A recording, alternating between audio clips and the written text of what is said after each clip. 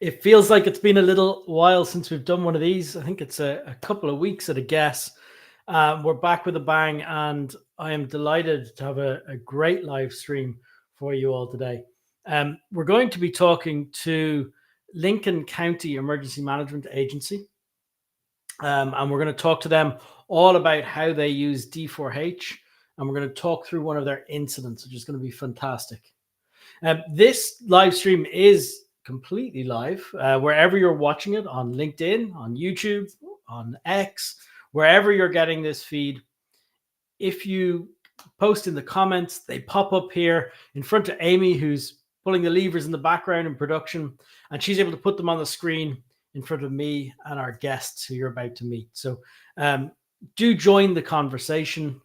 Even say hi, post a hello in the comments, get a shout out, and it's nice to know who's watching. We've just hit 8:30 a.m. in New Zealand. You guys are into Friday morning.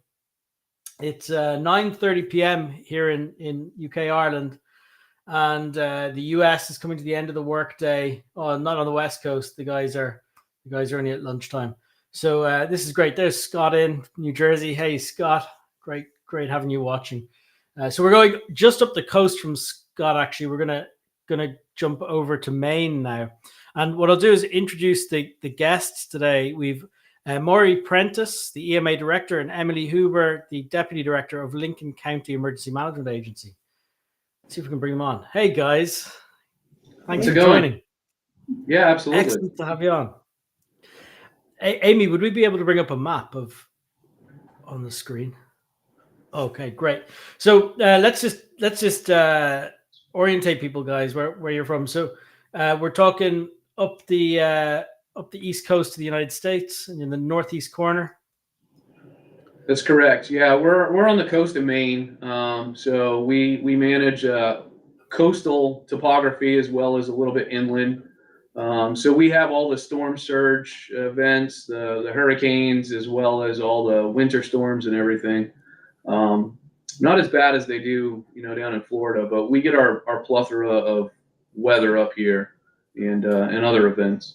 So this is when we hear those northeaster.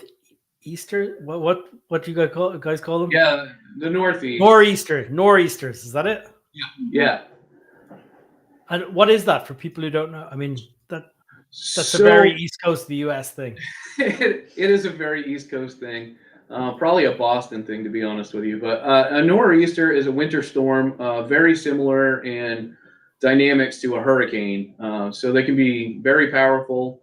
Most of the time when a nor'easter comes up, it will carry snow. So it'll be basically blizzard conditions, lots of snow. But they can also happen around the winter time. So they can be rainstorms. They can be a combination like Superstorm Sandy, where you had rain and wind on the coast and you had snow inland. So yeah, the nor'easters are just as powerful as hurricanes at times. And so we were just talking before we came on the call. You were mentioning climate change and how the kind of profile of incidents has changed over time, that now a lot of your incidents are related to that, right? We're starting to see more incidents related to climate change, specifically along the coast. We're starting to see more coastal properties sustaining damage. We're starting to see higher wave heights. We have a fair number of properties that are on piers along the coast. We have a lot of fishing villages and those sorts of things. So we're starting to see some damages to those properties. So it's been challenging for sure. And you're flicking through some of the videos. That was a storm in January that Emily and I went out to a lighthouse that sustained damage by some 70-foot waves that were crashing into the property. So.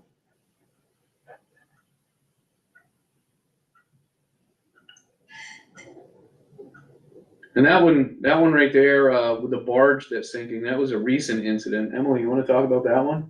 I mean, yeah, it was, again, it was pretty recent, and we tend to get called out for hazmat incidents and provide some support, whether it's emotional or resources, when anything happens. So we just happened to be at this sinking barge in the New Harbor area.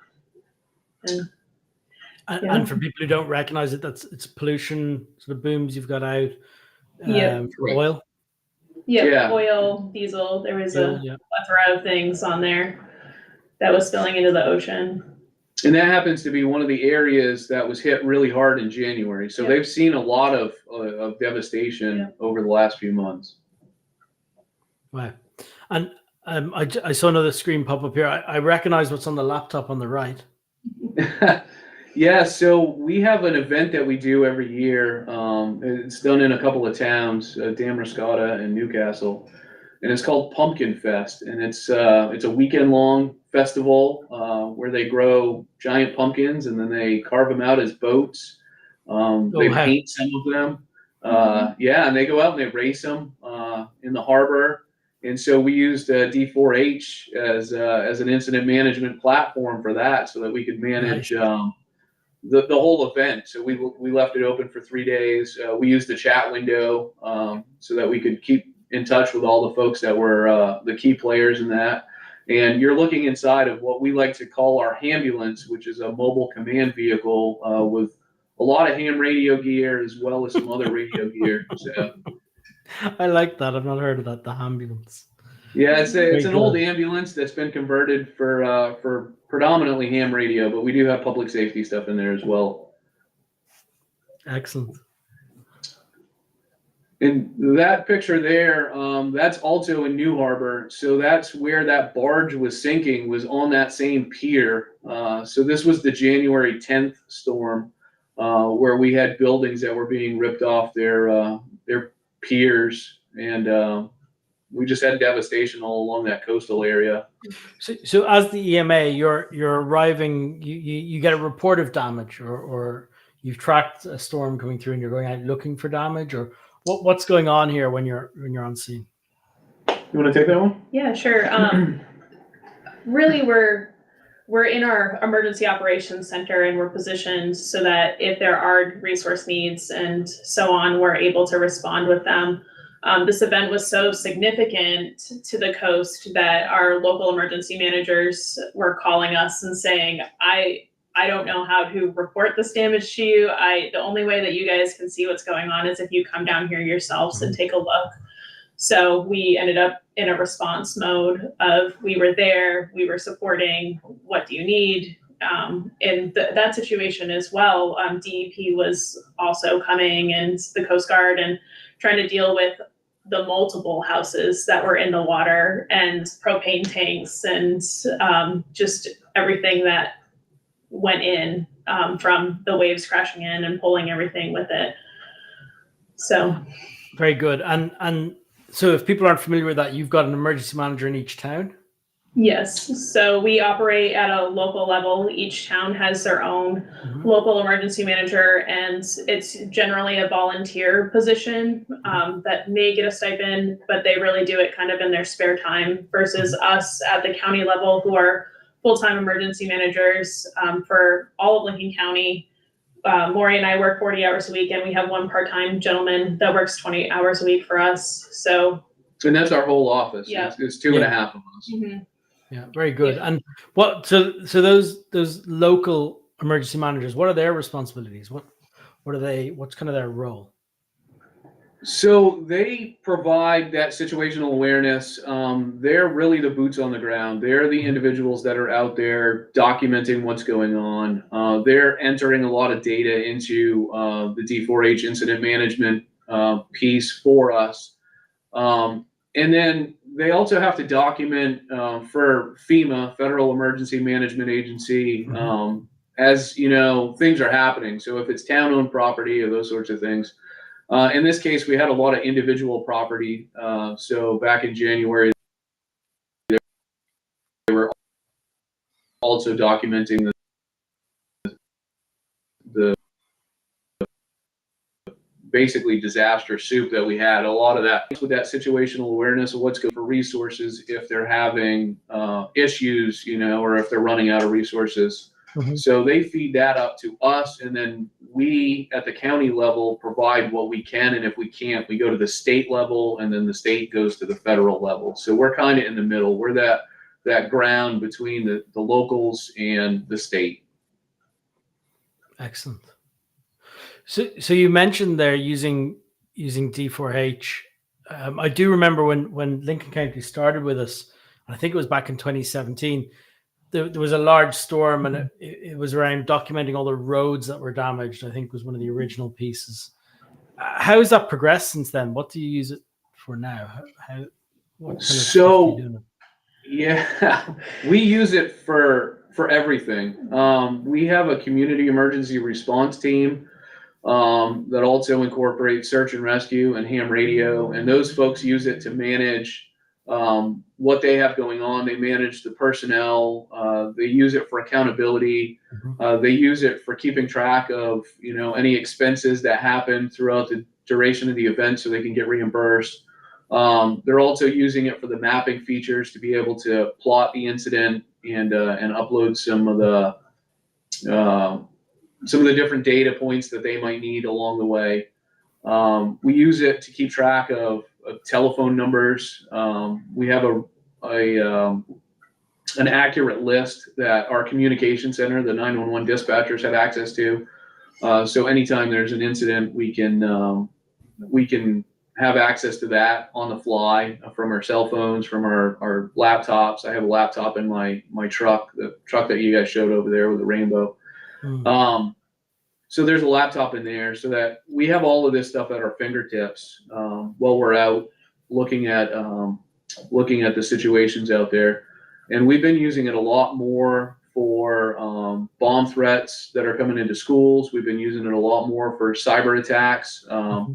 We typically have a channel open for our communication center, so if there is a cyber attack, they can just start putting data in there, and we could just jump in and start helping them manage it. Because again, there's only two of us, so that D4H platform really acts like another employee, and at times during storms, it really acts like another 4 or 5 employees. Well, and for storm-specific response, we've beefed up our platforms and included. We preset a lot of our resources in there already, so towns are able to go in and make a request right through D4H instead of calling us or texting us or trying to figure out the proper way, just because we sit on it during storms all the time. And the biggest part of the storm response is that our utility company for the state of Maine sits directly on D4H with everyone else. So they're able to see where there's lines down, where there's threats, and they're able to quickly mitigate those problems because they're sitting right on that system. And instead of receiving a phone call for every single line that's down in Lincoln County, which there's often a lot because we're a very wooded area, they can use this one system to see everything going on at once. Brilliant. You mentioned you might be able to share your screen at some point. Yeah, absolutely. Show us, was it the big old mess?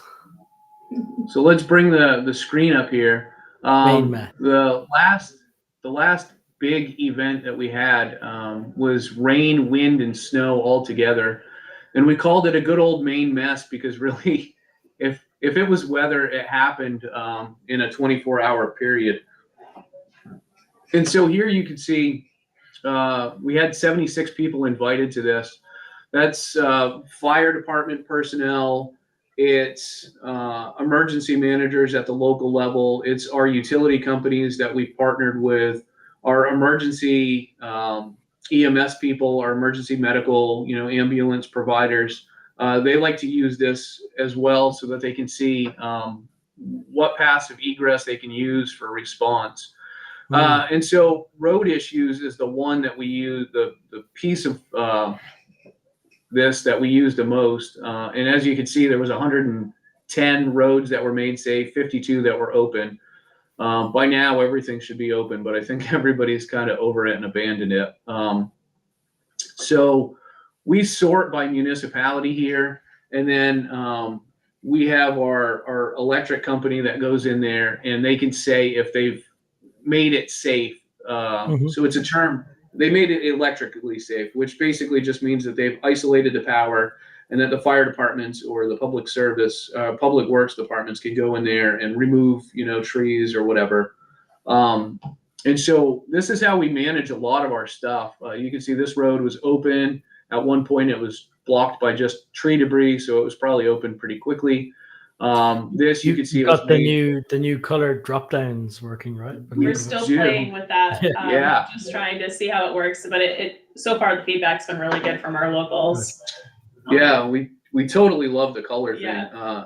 It makes going through this a whole lot faster. Especially when you have about 200 roads coming in at once. Right. The other thing that we've been using is the roles. We've been using the organization chart. So that's gives everybody some situational awareness of what we have going on. We've been using the weather feature a lot. So our communication center really likes the weather piece where they can just pull it up and they could see, because this one was a lot of wind, they can really look and just see, what the wind gusts are going to be, what the direction's coming from, and they can get just quick situational awareness of what is going on.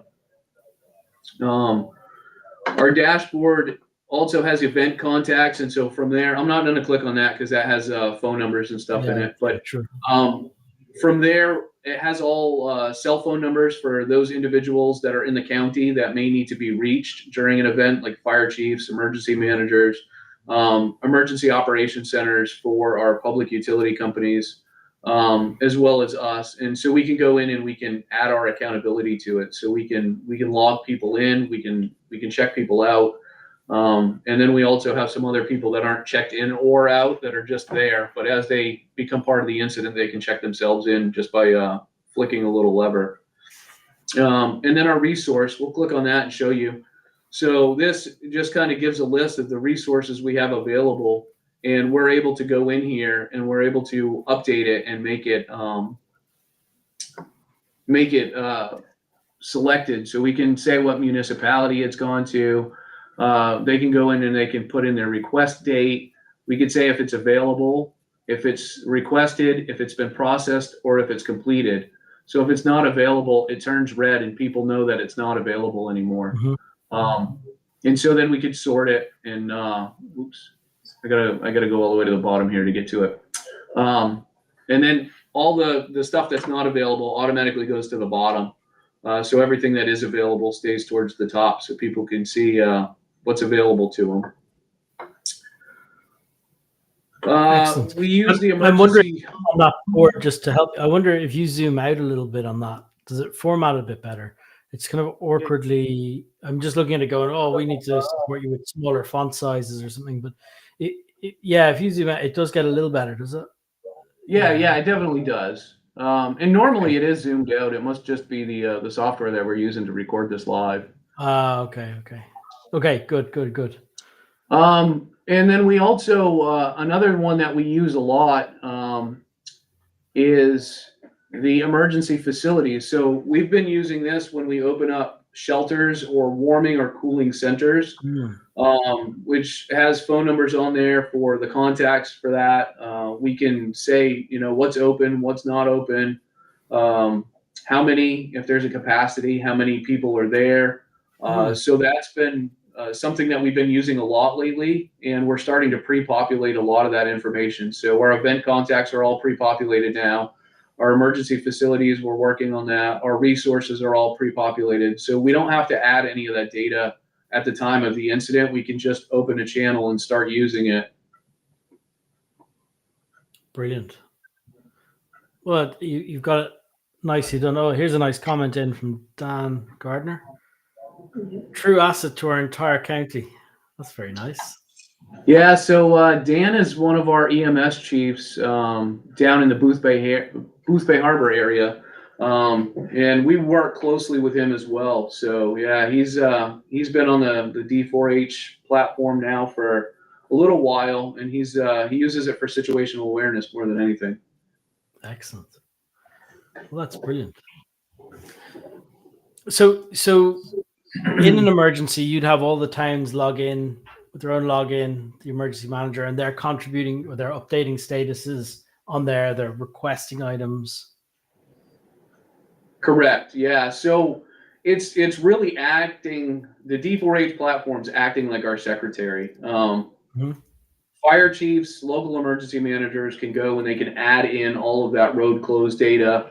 Our power company's in there, so we're getting across the board that situational awareness. Everybody's getting information in real time. So yeah, it's been a true asset to us. There's a question in from Scott, and Scott is asking, is the power company a user on your system, or is that just done with an API? They are a user on our system. We actually have 4 reps that are on. So in a big event, they run 24 hours. So we have our primary representative that's with us every storm. And then we have their supervisor and then up the chain. So there's usually a couple of people. And we have a field supervisor that's in there as well, who has access to it out in the field when they're managing stuff in Lincoln County. So and so you can restrict it to the power. Do you have that board visit? Is that board there on your screen now that you can show? Yeah, let me bring it back up, and I can explain it a little bit better here. Yeah, that'd be great. And who does what and who sees what would be brilliant. Yeah, so we can enter non-road utility issues, and these are all just, if the power lines are down or something like that. But we also have the road issues where majority of the time is where we're at. And if you look over here, CMP is Central Maine Power. And so our representative, her initials are DH. So as this data is being entered by either fire chiefs or by us, because we're getting it from the communication center, or even the communication center entering it. So you can see here where EMA entered. This one, you can see 911 is coming in from our communication center. They used to put their whole name, but I told them if they just put 911, we know that it's coming from the communication center that's receiving the calls. So it goes to the representative in real time. She's monitoring it. She's reporting it to the crews. And then as she's reporting it to the crews in real time, she's going in here and updating us. So at 11:30, it was reported to the crews. And then somebody from the electric company came in here and said that it was made electrically safe after the crews were on scene. So the electric company does change these current status to either made electrically safe closed or made electrically safe open. So if it's closed, that means the road is still closed by tree debris or whatever other debris might be in the road. But they've taken care of the power situation. So our crews can then go in there and take care of cleaning it up and opening the road. If it's made electrically safe open, that means they took care of the tree debris, because that's typically what it is, or power poles down or something like that. They took care of the debris and they opened it themselves. So we have that situational awareness in real time from the power companies. We also have a couple of telephone companies. We have Tidewater Telecommunications, which provides telephone and internet to a lot of our county, and they have access to it, and they have representatives that are monitoring this as well in real time. Excellent. Yeah, and we really do like this new color. So it makes it easier for us to prioritize what needs to be done first. And so our Central Maine Power will look at this and see, it's a high priority, it's a dead end road. So there's probably no way for emergency services to get in there. So they'll focus on that first and at least open up the road. They might not turn power on right away, but they'll open up the path of egress so that fire trucks and paramedics can get in there and do what they have to do for life-saving measures. And then as stuff's being entered out on the road as well, they're uploading pictures, which also helps the power companies and the telecommunication companies be able to make sure they have what they need when they arrive on scene, so they can fix the problem that much faster. Excellent. We've a new filter feature coming, which is going to let you save a view. So on that board, for example, you could create a filter called high priority roads or closures, and it would show you can swap to that filter. So how it'll work is you can see at the top there's a little filter button near the add button. When you click that, you'll be able to add custom filters in there. So in the admin area, you can save like high priority ones or swap to that, and it'll show you only that data set then. So that's coming relatively shortly. It's nearly done. So nice. Yeah, our power company will love that. So Central Maine Power wishes that everybody that they had, service in would be using it. So if we could get the southern half of the state on board with it, I know Central Maine Power would be a huge lover of that. They really enjoy using D4H, and we have a representative who is able to do a lot of what she needs to do from away from the EOC. She doesn't have to be sitting here with us, and she still has that constant situational awareness where other counties, the Central Maine Power representative has to be in the EOC and has to be integrated right into the system. We've got this set up now by using D4H to where we can literally be anywhere and still manage the incident, and everybody can have that situational awareness in real time and be having the information flowing freely without any restrictions or time delays. Excellent. Scott, I hope that answered that question for you. Okay. What other features would you like to help you with these kind of climate related incidents, the floodings, the snowstorms, the wind storms you're getting, rainstorms, ice storms? What you mentioned weather is useful, but I mean, what else? What else would be a really useful feature? Some sort of quick reference to tide. If we could get some tide charts to where we could drop a pin down on the map and we could have relatively close to accurate tides, that would help, especially when we're looking at storm surge coming in. Just for that real quick at a glance type of stuff. Okay, excellent. That's good to know. Yeah, be a nice one to add. Okay, excellent. I was also going to ask you all about what's on your sort of wish list, and I was saying if you pin me down on the live stream, what can I answer you on? What frustrates you? What would you like in features? I mean, what are we missing? Sure, you want to take that one? Yeah, a lot of the feedback that we get from our locals, especially because they are the boots on the ground, is the functionality of the app itself. Yeah. Our road closures feature is obviously our biggest feature of this app, and they have no way to filter it towards their town. And if you're looking at the app, it only says like 123 Main Street, but we could have 123 Main Street here in Wiscasset and Waldoboro and anywhere else, and you don't know where it is, and so you're not sure which one is the right one. So and some you sort all of grouped under the town on the web view. Yeah, I get you. Yeah, but the app, it's not as functional, I guess. So hopefully that filter feature might help that. You could create a filter for each town in that drop down. Or even some way to just have like 123 Main Street and then display the municipality next to it, Yes, so more rows on the mobile view or columns. Yeah, like a second column, on that app to where they could sort it that way. We had looked at that, and it's very hard to do that on mobile. And I think we'd probably put it in as a second row underneath it, like a sub row, because it's very hard on mobile with width. But yeah, that's definitely good feedback to hear that you'd like the status boards to be more usable on mobile. Be good. And if anyone's watching this, feel free to comment with things. I'll answer them live as well if there's questions. Yeah, because a lot of the folks that are entering the data are doing it off of their mobile device, either a tablet or a cell phone. Right. And that's how they're out there in the field. They're trying to manage the incident that they have going on. And, that's the platform that they're using is that mobile device. We have one fire chief that only uses D4H on the mobile. He doesn't use it at all on a computer. So that's the feedback that we're getting, at least. Yeah, well, that's great to hear. I like that. You've got a lot of different users on the system, and there must be some sort of changeover in them, that there's new users every now and again. How long does it take somebody to get up and running? I mean, you invite them in, they get an email saying you've been invited to D4H. What training do you provide them?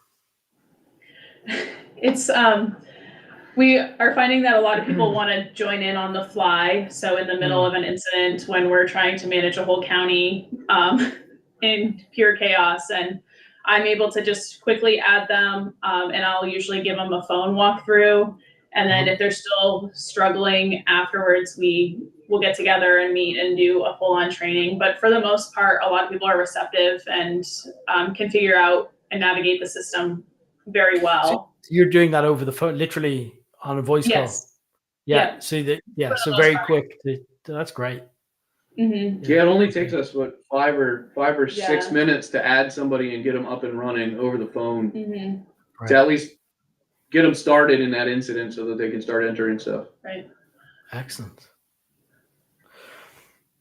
Have you any final comments or anything you feel that I've missed in our discussion that you'd like to share? Well, yeah. So we also use the personnel side for managing, our resources. We use it for personnel and training and those sorts of things. So we use the personnel side more as a record keeping side. We don't use it as much for the incident management, although it does have the capability, and we work with Maine Search and Rescue, who does use it for the incident management component of it. Whenever they have an incident, that's the side that they use. It'd be nice to have a dashboard over there, but then you put all your eggs in one basket, and that would be silly. So we do use both sides. Typically, our part-time individual who does training is the one that's in there. He spends way more time in there than I do, honestly. So yeah, it's nice to have multiple platforms and be able to separate some of this stuff out so that it's not all that information's thrown at you when you're trying to manage an incident. You can just focus on the incident, and then when the incident's done, you can focus back on the training and the personnel records and those sorts of things. We're hoping our ambition is to bring it all into one modular platform, so tighter, so the same people are the same people, and we are working there. We're getting there. We're about to launch an alerting product, which is so your send text messages, voice calls, push notifications, all that. That's very close to release. And part of that project is bringing all the personnel into a single view. And if you're on call in the personnel and training product, you can filter when you send an alert to just on-call people, that kind of stuff. So we're trying to bring that together. You also mentioned to me before we started the call, you found our support okay. The support was So I had an idea for accountability. So in our events contact, that's where we have everybody in the county that's listed with their cell phones. And I said we need a way to keep track of when they're on duty, when they're off duty, when they're available or not available. And so I had a dry erase board that literally had like check-in time, in and out, that you would move the magnet to, and then you could write the name. And I held the board up, and we met with one of your consultants who said, "Oh yeah, we can easily do that." And is that so, GP? Yeah, GP. He's amazing. And so he actually got a hold of me for it was that good old Maine mess. He got a hold of me. He sent me an email and he said, "Hey, just to let you know, I can provide you live support during this event because I know it's going to be a pretty nasty one." And so he's been right there. Anytime we have a question or just an idea, he's right there trying to help us, come up with a solution and get it going. So the support has been phenomenal. We've never had to wait for anything. Typically, when we send an email, you guys are very responsive, and the support is top notch. Excellent. Well, delighted to hear it. That great feedback. All positive. Yeah, no, I tell you, we couldn't do our job without D4H.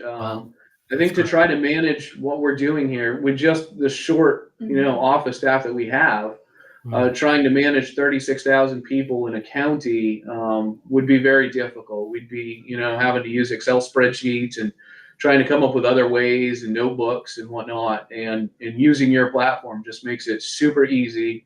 I can literally run out the door, get into my truck, and log in on my computer in my truck and be back on the air and seeing what's going on and being able to enter that data as I'm out in the field, which is you can't get it anywhere else. Your platform really is. It's like 5 or 6 employees during an incident. I love it. Well, let's leave it there on a high note, right? Perfect. Thank you guys for coming on. This is really nice to hear such positive feedback. Yeah, glowing thanks. reviews of what we do. Thanks, Robin. We appreciate being here. Yeah. Well,